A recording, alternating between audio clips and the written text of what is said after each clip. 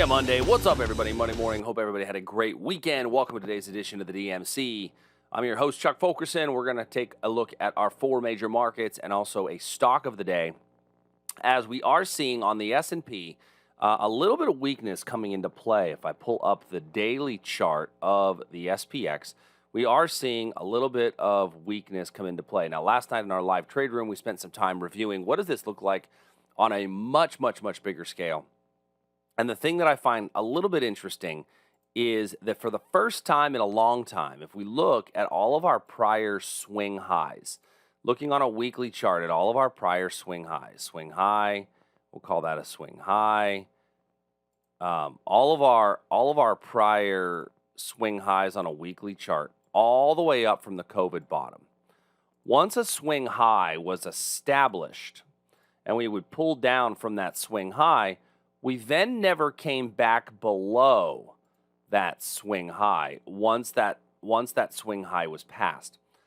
This is the first time on a weekly chart that we've come back down to that. So we are sitting right at a swing high level, and there is a chance that we bounce off of this and continue to trade higher. So I'm not really ready to change my overall big picture stance, but I am a little bit interested to see if we continue to dip a bit lower from this level. And so, if we do dip, if we have a down week this week, and really that's going to be a little bit news dependent, then I think there's a chance that we come back down to this 42.50 area. So I don't know that we're going to come down too far. We'll see what happens over the course of this week. Now, I'm only going to trade what the chart gives me. And right now, if I just look at the 4-hour chart of my S&P, which is what I use for intraday trading, my trend continues to be down. So last night we were looking at this and we identified this 15-minute level up above as a possible area of supply for a reversal. Price came close to there in the overnight. Unfortunately, we didn't get in to give us a trade and give us an entry. And so the level, while still being valid, has to switch to a confirmation entry because we came close and didn't get in. Now, I think you actually may see price reverse from where we are and continue to head lower, as we've already filled the gap from the open. And I think that the better probability is that we continue to trade down off of this level. Here's a little bit of a tweezer top kind of being formed on the hourly chart, although it's not a tweezer top. But there are some areas here, and we're very close to this candle being printed.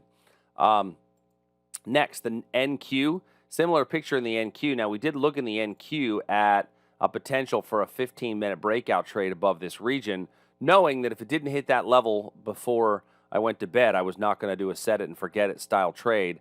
And it kind of popped around, not a great movement out of that breakout area, but we came close to our supply and then fell away. So that needs to also now be a confirmation entry. So that's two of our supply areas that came really close and didn't quite get in.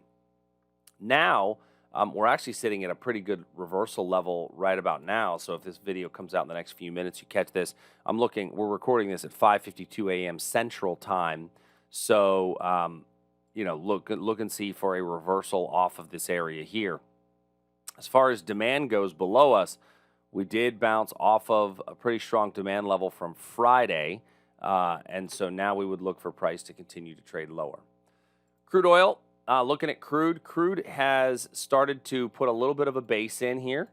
This would be, in my mind, considered a base. A little bit of basing down here at the bottom where we're starting to gain a little bit of potential bullish momentum back to the upside. And I know we haven't talked about that in a couple of days as oil has fallen from 85 down to 62. I think that we could see price rally up a little bit in the next few days as a bit of a recovery rally up off this 69. Now there is this area right up in here, though it's a confirmation short, but you've got a full point of movement from here to there, where I think that actually can be a pretty good little trade. On the smaller time frame, 15-minute chart, we've not really done a whole lot in the Globex. I'd be a little worried about a Globex trap taking the high above the Globex high for it to come back right back down into here. So I think above the 69.35, provided that the basing exists, is a pretty good entry opportunity. And then gold, we're looking at gold. We have a little 15-minute area of demand that we came pretty close to, didn't quite get in. So once again, like everything else, I need to make this a confirmation entry. So pretty much in the overnight, we stayed in between our zones that we'd identified last evening in the live trade room. And so not a whole lot of opportunities made themselves available in the overnight sessions.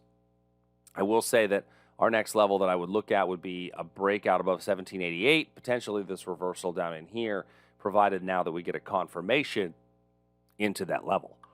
All right, let's take a look real quick at our stock of the day. And my stock of the day today is Square. You're such a Square, dude. If I go to the daily chart and I look at Square, we talked about this triangle pattern. Price broke down out of there, rallied back up, gave it a retest, and has fallen really hard ever since, dropping down from a high of 289 all the way down to 174. So the price of the stock has nearly been cut in half. Now, we had a breakout level there, but unfortunately, we didn't get the basing in front of the breakout. So now what I would look for is a reversal area back up. And the reversal area would be a rally back up into here, 205 by 211, where we have this wick over wick. It was a prior area of support. Old support oftentimes acts as new resistance. And that was really, we were just there a couple of days ago, right? As Square took a really, really big shot to the chin.